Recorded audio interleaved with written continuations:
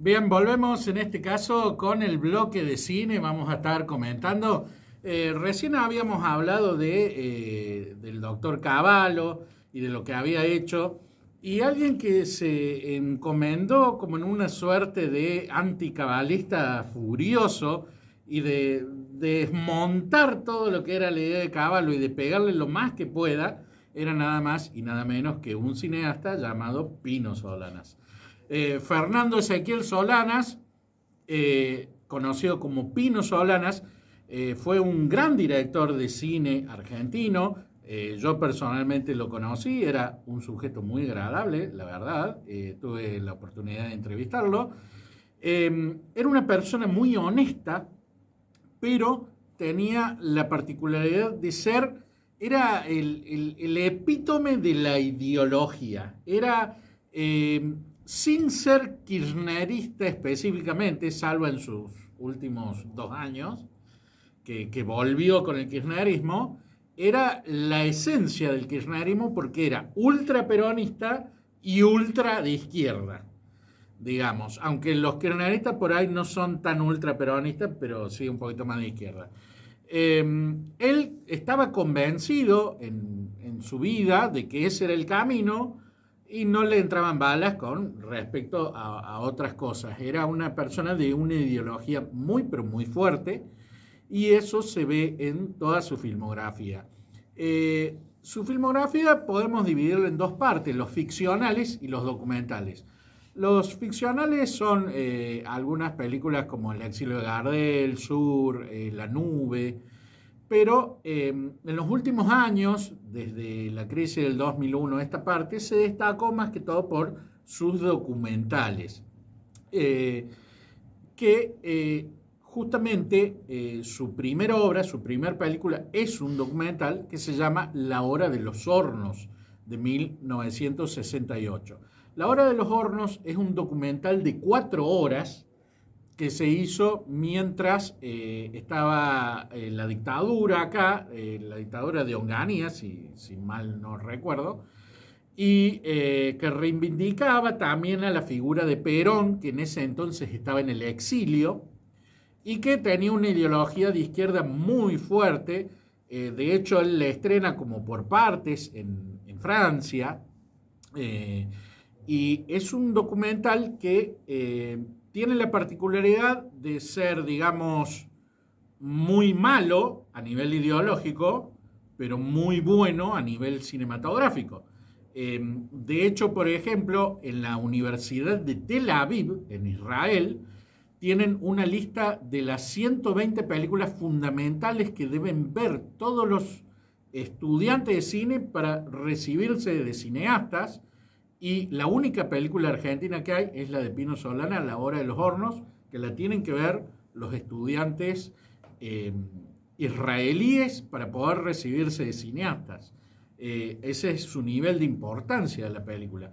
El problema de La hora de los hornos, como el de toda la filmografía de Solanas, sobre todo la documental, es que tiene una ideología recalcitrante de izquierda, y a nivel ideológico es la peor película. ¿Por qué?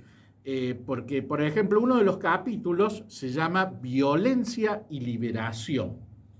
Entonces, cuando la película empieza, dice, bueno, esta película se refiere a toda América, qué sé yo, pero no a Cuba, que ya es el primer país liberado, ya estaba la dictadura castrista ahí.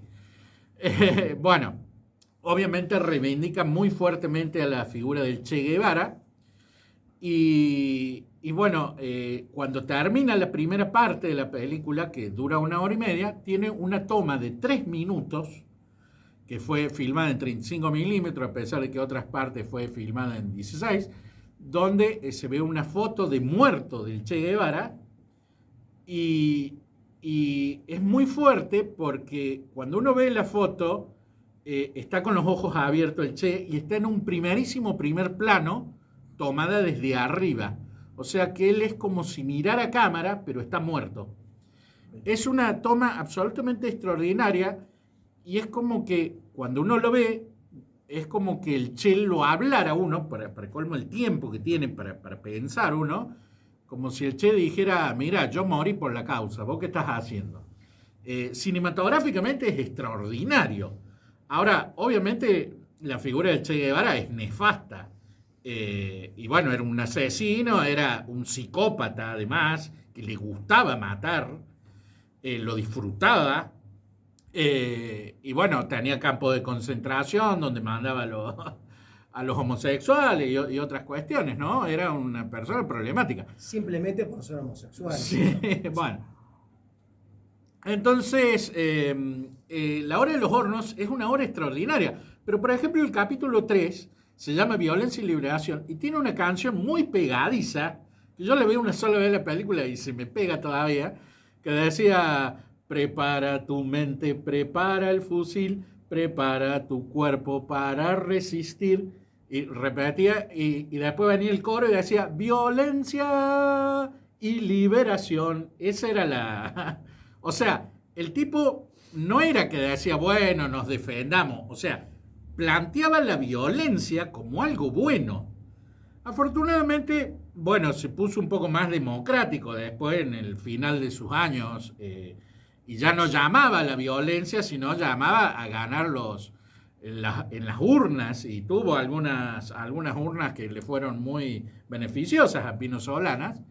Pero bueno, eso también es un poco el giro que ha hecho la izquierda, ¿no? Que ha dejado de tener un mensaje revolucionario por las armas para infiltrarnos la cabeza con los medios. Entonces, en eso fue un soldado muy efectivo y ganó muchas batallas Pino Solanas. Una de ellas, una película extraordinaria, es Memoria del Saqueo, que a algunos se la han hecho ver en digamos, en la escuela, por ejemplo. Yo en su momento la vi en el cine y me gustó mucho la película. Es extraordinaria, está muy bien hecha, llega muy fuerte el mensaje, pero es una película problemática. A mí en ese momento solamente me hizo ruido, porque yo era bastante anti-Menem en ese entonces, me hizo ruido el final, porque en el final él festeja la violencia del 2001 y es como que de así, bueno, el pueblo volteó a las corporaciones, al neoliberalismo, y es como que le exuda por cada poro de su piel su cuestión de zurdo violento, digamos, en el final de Memoria del Saqueo.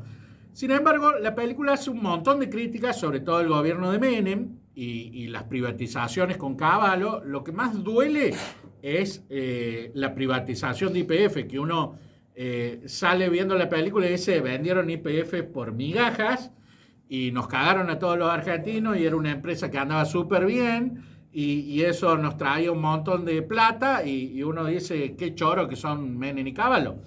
Bueno, pero después cuando uno se enfrenta con otros datos de la realidad, ve que, por ejemplo, YPF dio pérdidas en los 80, en la época más cara del petróleo a nivel mundial. Fue la única empresa petrolera que dio pérdidas. O sea, porque uno puede decir, bueno, supongamos que lo hubieran vendido mal y valía 25.000 millones de dólares y la cobraron 10.000. Bueno, pero si te daba pérdida, a ver, ¿cuánto es el monto que vale realmente si es algo que es un monstruo que te quita el dinero? Aún si lo hubiera regalado o lo hubiera cerrado, ya el hecho de que no dé pérdida ya es bueno, que es lo que algunos proponen con aerolíneas, ¿no? Bueno, pero lo que tampoco dice, por ejemplo, el documental de Pino Solanas, es que YPF tenía 75.000 empleados al momento de privatizarse y ser estatal, pero que luego la empresa, luego de ser privatizada, funcionaba con 5.000 empleados. O sea que había 15 empleados por cada empleo que debía haber. Había 14 acomodados en el Estado, o ñoquis, por cada empleado que debía haber.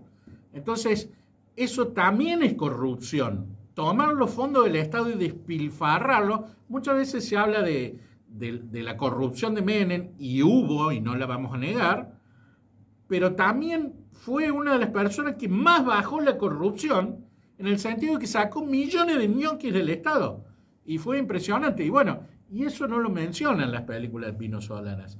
Entonces, en esa película, bueno, uno de los problemas que tiene es que es una versión muy parcial, solamente con lo negativo, y que critica algunas cosas que fueron buenas, como las privatizaciones y que trajeron riqueza al país, y que además, por ejemplo, en la época de los 80, había gente que quería un teléfono, entonces compraba un departamento que salía $40.000 y lo pagaba $45.000 por tener teléfono, luego sacaba el teléfono, la línea, y la hacía poner en su casa con coima a un empleado, obviamente, para que pueda hacer ese trámite, y luego vendía el departamento a menor precio porque lo que querían era tener teléfono. Una locura total. Bueno, eso se solucionó con las privatizaciones. Pero bueno, ahí están totalmente demonizadas las privatizaciones en los documentales de Pino, y tiene una ideología muy fuerte de izquierda donde dice, bueno, lo nacional, el pensamiento estratégico, la industrialización y una serie de términos izquierdo-peronistas que dice, bueno, la soberanía y cosas por el estilo, que bueno, son muy complicados. Así que si vemos las películas de Pino, bueno, tengan en cuenta que son muy desde una ideología de la izquierda y son muy buenas a nivel cinematográfico, entonces les va a entrar como un cañón la ideología de la izquierda. Entonces, bueno, les traigo un poquito la vacuna, así que tengan en cuenta eso. Esa es la filmografía de Pino Solanas. Yo lo seguía bastante a Pino Solanas, a mis 18 o 20 años. Vi varias películas de él, hasta lo vi y lo fui a ver una vez que vino acá. Y si bien yo tenía mis dudas, no me consideraba una persona de izquierda en ese momento, tenía algunas dudas, sí seguía sobre todo su discurso anticorrupción. Ahora, me dolió en cierta forma, porque más allá de que podría tener una ideología distinta desde el punto de vista económico, como en el final de su vida se terminó vendiendo al frente de todos, y no fue igual de duro criticando la corrupción del kirchnerismo como fue de duro criticando la corrupción del menemismo. La verdad que fue una traición fuerte y dolorosa de sus supuestos valores, más allá del tema ideológico. La plata baila el mono. Bueno, Y PF en particular, Cristian, Sí.